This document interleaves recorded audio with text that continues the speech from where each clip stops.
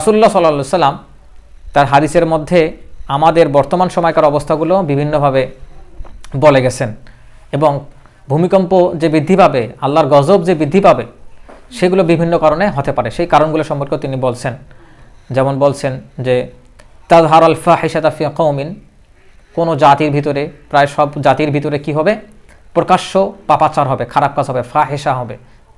এরপর কি হবে, ইয়ানকুসুল মিকিয়াল ওয়াল মিজান, মানুষ ওজনে কম দিতে শুরু করবে, এই প্রবণতা মানুষের মধ্যে থাকবে।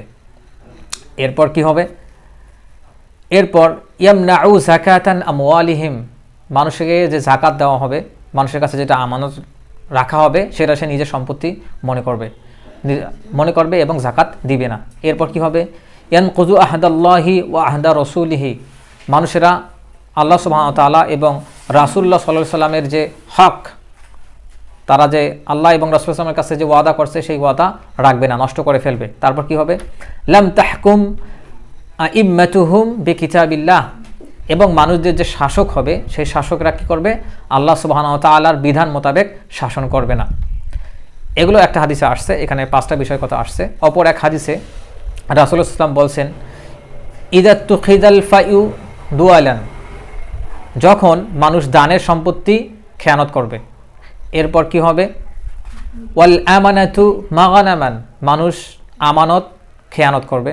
অর্পর কি হবে, ওয়াজ যাকাতু মাগরামান, যাকাত দিবে না, যাকাত দেওয়া বন্ধ করে দিবে।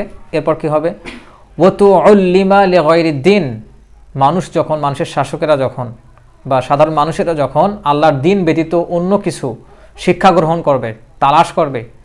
এরপর কি হবে, ওয়া আতাউর রাজুলু ইমরাআতুহু, এবং পুরুষেরা যখন তাদের স্ত্রীদের উপর নির্ভরশীল হয়ে যাবে, তাদের কথা বেশি বেশি শুনবে। এরপর কি হবে, ওয়াযাহারাতিল আসওয়াতু ফিল মাসাজিদ, যখন মসজিদে মানুষ ফিতনা ফাসাদ করবে, বিশৃঙ্খলা করবে। ওয়া আক্কা উম্মুহু ওয়া আদনা সাদিকুহু ওয়া আকসা আবাহু, এরপর কি হবে, মানুষ তার পিতামাতার থেকে তাদের বন্ধুদেরকে বেশি পরিমাণে ভালোবাসবে। এরপর কি হবে, কোনো গোত্রের নেতা হবে সেই ব্যক্তি, ওয়াসাদাল কাবিলাতা, কোনো গোত্রের নেতা হবে সেই ব্যক্তি, সে কী হবে, ফাসিকুহুম, তাদের মধ্যে যে সবচেয়ে বেশি ফাসেক, যে সবচেয়ে বেশি গুনাহগার, সেই গুনাহগার ব্যক্তি তাদের মধ্য থেকে তাদের নেতা নির্বাচিত হবে। এরপর কি হবে, ওয়া কানা যাঈমুল কওমি আরজালুহুম ওয়া আকরামুর রাজুলু মাখাফাতা শাররাহু, এবং কোনো জাতি তাদের নেতাকে এই কারণে ভালোবাসবে যে তাদের কাছ থেকে সে ক্ষতির আশঙ্কা করবে। এজন্যই কোনো নেতাকে তার সামনে সুনাম করবে এবং পিছনে তার দুর্নাম করবে, কিন্তু তাকে ভালোবাসবে প্রকাশ্যে। কেন, তাকে যদি প্রকাশ্যে তার যদি সুনাম না করে, তাকে ভালো না বাসে, তাহলে সে তার ক্ষতির কারণ হবে, এজন্য। এরপর কী হবে, ওয়াজহারাতিল কাইনাতু ওয়াল মাআসিফ, এবং প্রকাশ্যে অশ্লীলতা এবং বাদ্যযন্ত্রের যখন প্রভাব বৃদ্ধি পাবে তখন এই ভূমিকম্পগুলো বেশি হবে।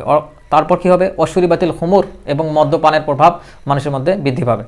এরপর হবে ওয়ালাআনা আখির হাযিহিল উম্মতি আউয়ালুহা, এবং রাসূলুল্লাহ সাল্লাল্লাহু আলাইহি ওয়াসাল্লামের উম্মতের প্রথম দিকের যারা ব্যক্তিত্ব, সেই ব্যক্তিত্বদেরকে শেষের দিকের, অর্থাৎ আমাদের সময়কার মানুষেরা তাদেরকে লানত করবে।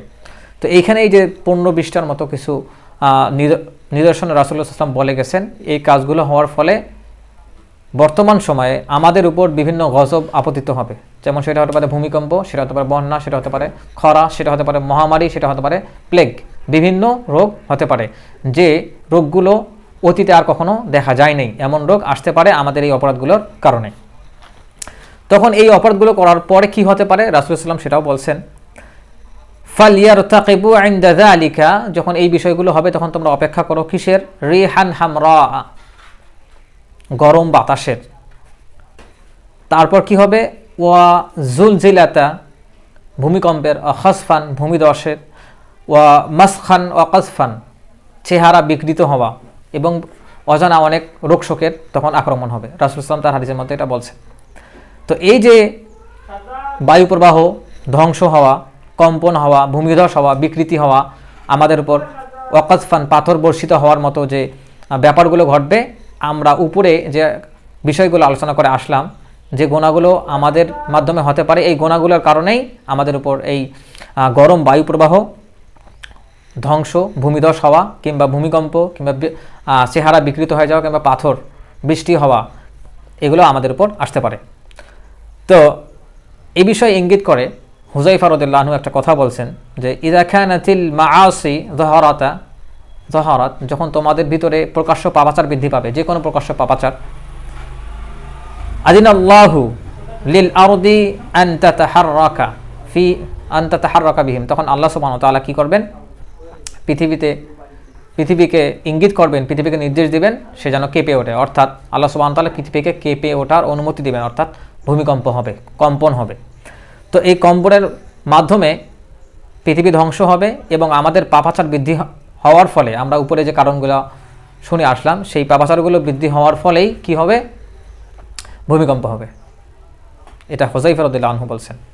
এই কথাটাই আল্লাহ সুবহানাহু ওয়া তাআলা বলছেন যাহারাল ফাসাদু ফিল বাররি ওয়াল বাহরি বিমা কাসাবাত আইদিন নাস লিউযীকাহুম বা'দাল্লাযী আমিলু লাআল্লাহুম ইয়ারজিউন, যে আমাদের কাজকর্মের ফলে পৃথিবীতে যে ফিতনা ফাসাদ তৈরি হয় সেটা হচ্ছে আমাদের হাতের কামাই।